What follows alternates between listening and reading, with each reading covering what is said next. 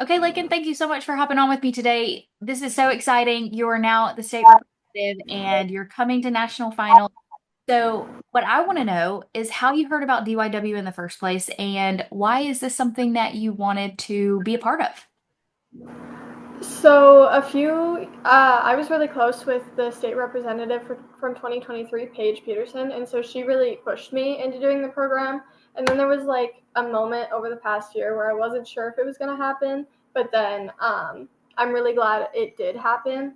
I think that it's a wonderful opportunity, and the scholarship offers are really helpful, and it's really helping me um, gain new experiences with new people and meet new people that I never would have before.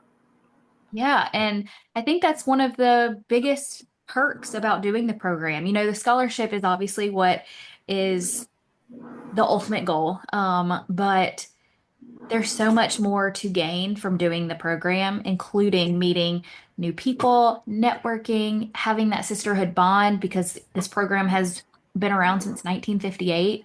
Um, so there's so many benefits to doing it, and I think that's really the biggest message that we want to get across to people, whether that's participants or volunteers or sponsors, because we don't survive without any of it. And the theme this year that we've really been focusing on is ripple effect and how one small gesture can really spread and make a big difference. And so I want to know what your suggestions are for getting the word out there about the program, whether it's to potential participants or potential volunteers, or potential sponsors. Again, because we don't survive without any of them. And we just really want people to understand the heart of the program. Do you have any suggestions on how we can continue to do that and make that conversation more widespread? Um, I mean, the basis line, the easiest way to get information out there is obviously social media, like Instagram, Facebook, even TikTok, and all of those platforms. But also, like living in small town South Dakota, um, I didn't realize until recently how many connections even the people around here have. And so it's like the easiest way to get that message out is to just talk to people and promote it in your small circle, and then it'll spread, and then it'll get bigger, and then it'll get to those bigger names even without you realizing it. And because like I said, that's how I found out about the program. I was friends with Paige, and then Paige told me about it, and she really pushed me into it. And I've been talking to next year's class, and I've been talking to parents of friends about it and all of these things, and it really helps spread this smaller program that we have in South Dakota, and it's hopefully bringing in new girls that want to participate, and it's building it up. Yeah, and word of mouth is one of our biggest advocates. That's how we get the message out there. And we love and we appreciate all of that. And it's just such a great program that we all are such big fans of. And because we see the rewards as they come, we see how rewarding it is for the participants going through it. And then those who volunteer with the program, it's just so unique and we really really love that. But a lot of girls see it as a pageant or they see it as really challenging, something that they don't see themselves doing. And that's totally okay if that's really how you feel, but oftentimes we let our fear get in the way of that and we let our fear make those decisions for us.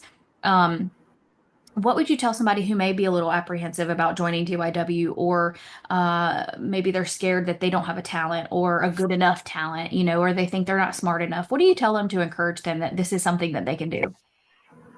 For me, honestly, I just had to convince myself to put in the work to do it, because there's the talent for me was the hardest, because I'm not like, my talents aren't necessarily in the arts, and so I kind of had to work to figure out what I would be the most beneficial to me, and like what I could do, perform the best.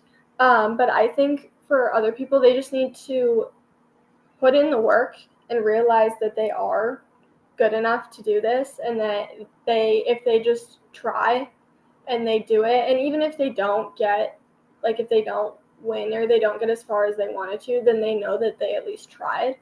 And it's always better to try than to just give up and not go for what you really want to go for.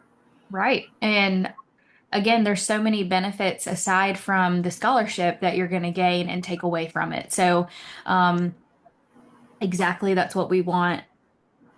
We really just want to instill that message into those who are maybe a little apprehensive or nervous about taking such a big leap. Yeah. Um, we are just a few months away from national finals. How are you preparing ahead of it to get ready for the program? Right now, I'm just kind of taking it day by day.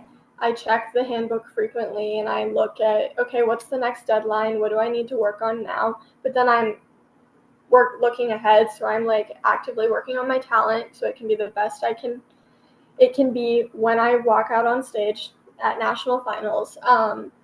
But yeah, mostly it's just preparing ahead, looking at what my next deadline is and trying to get ahead on that so I don't fall behind and I'm not frantically trying to get in these documents or get in the information that they need, these forms. And it just really helps you keep your head above water so you don't end up drowning.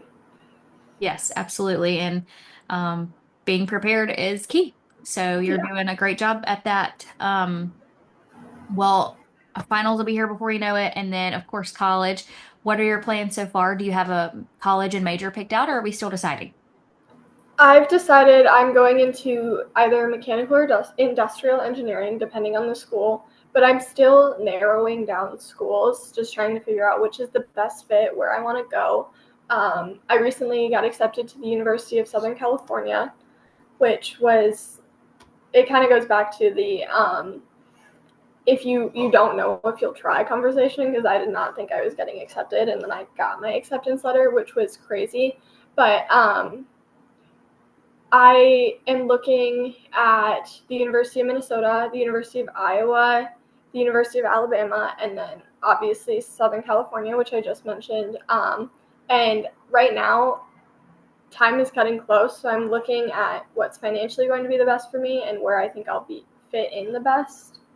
And that's kind of what's guiding my decision right now. Good. I think that's a great way to look at the entire process. They're far away from home, so that's something that you'll have to consider. Um, Not that you can't do it and that you're not going to be able to go back home, but um, those are obviously part of the decision. So I think whatever decision you make, it's going to be the perfect one for you. And if you decide to switch schools at any point, that's what life is all about. You can do that if you need to.